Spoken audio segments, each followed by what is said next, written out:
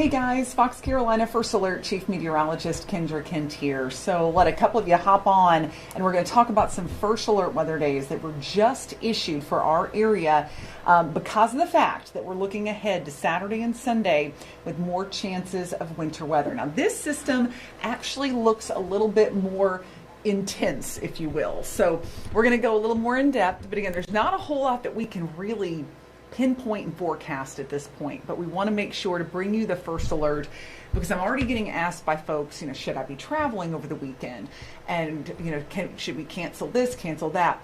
The issue is we need some time to resolve this, but I think you need to have some backup plans in place given some of the latest data that I've seen.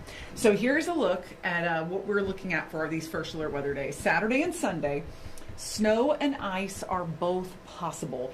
And this is a favorable pattern for winter weather. This past weekend wasn't the most favorable, but this one, it looks right now like we're going to have the cold air in place as this all transpires. So it's going to be less about the cold air and more about the moisture, and also can they line up just right too. But let's take a look at the setup. So what we have, some extremely cold air up to the north. It's still going to be very chilly here. We're going to get some reinforcing cold air that's going to build down from the north. Basically, a piece of the polar vortex is going to be breaking off towards Chicago. We'll be on the edges of that, meaning that it's still going to be quite cold, but we're not going to have the deep sub-zero or sub-freezing layers in every single layer of the atmosphere, most likely. So that means this event could be a little messy. And I'll show you what I mean in just a second. But so we've got the cold air in place. Then we'll start to see that potential for winter weather. And it's really in this zone from Oklahoma to Arkansas, and then of course through our area. Atlanta is going to be under the gun, and you know how it goes. If Atlanta gets it, we typically get it. So here's a look at the latest computer models. And I want to draw your attention to a couple of things. So first off, the GFS, which I'm going to show you some output when it comes to the amount of snow with this, and I want you to take it with a grain of salt. But notice that the GFS model has our area firmly in this purple-blue color. That is heavy snow. Now the European model has been sticking to its guns, keeping us in more of a freezing rain and sleet situation, while the snow stays up in western North Carolina. So the European model is detecting more warm air in the upper levels, basically not detecting that this cold air is going to be as deep and digging as far south as the GFS is. So long story short, we're going to have to figure out exactly how far south that cold air goes, and then also the track of this low that's going to be coming up to bring us this moisture. Snowfall totals, this is the GFS, and this is just to show you the intensity of this situation, in that all it's going to take is, if the levels of the atmosphere are cold enough, with the amount of moisture we're looking at, there's the potential for 7 to 12 inches of snow. Is that going to happen? Probably not. But it's what the GFS is putting out. I want to remind you, GFS was very wrong about this last event. So here's a look at the European model. So the setup here, we get the cold air that's going to be firmly in place. You can kind of see with the wind arrows going like this, going to be pulling in that cool air. Those are red arrows, but you get my drift.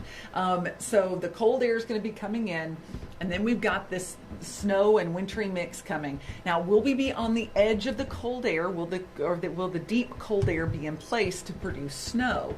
Well, the European model, which is often, again, one of the better ones for determining this kind of thing, is putting us in the frustrating zone right here, where we are on the edge. There's the cold rain, here's the snow, and there we are, kind of right in between.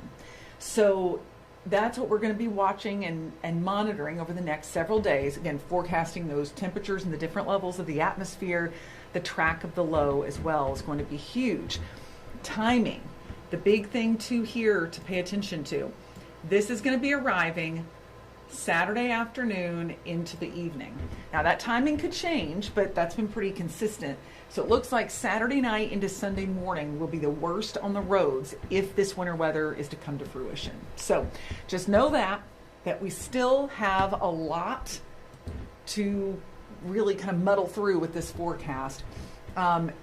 You know, and you may have the fatigue of, well, wait a minute, we thought it was going to snow this weekend and it didn't. And of course, we were bringing you that first alert all week long, letting you know what we were looking at and how it just wasn't trending to be a big event. And you know, we thought maybe flurries or dusting was possible, but that's all that this was looking like. This time, this is going to be a bigger impact forecast. So that's what we'll be on top of throughout the week, bringing you the first alert. There's one more thing I want to bring you the first alert on too. I know many of you are Aurora borealis enthusiasts, and that's something that we can even see tonight. We've got a cold, clear night ahead, and we've had a solar flare come toward the Earth that could create the beautiful Aurora effect as far south as North Carolina. Can't completely rule it out even in the upstate. So keep an eye out after sunset tonight. You may be able with the low exposure camera to see some of those colors in the sky. So kind of a cool thing that we could get on a Monday night. So again, thank you for checking in with us. We're going to bring you the updates as they come in. But right now, no official forecast is out other than we've issued first alert weather days to bring your attention to Saturday and Sunday, because there is the potential that this could be a significant winter weather event for our area. If anything changes, of course, we'll bring you that first alert. I'm hoping that we can take away those first alert weather days by Wednesday and just tell you, hey, it's just going to be a novelty snow, or maybe it'll be dry. You know, we don't want dangerous winter weather, but I know the kids would love to get some snow too. So if that's the case, we'll be rooting for the GFS model rather than the European model in this situation. So we'll continue to bring you updates, and we'll have much more. I'll have another update coming up at 7 p.m. And of course on Palmetto Sports and Entertainment from 4 to 7 p.m. today.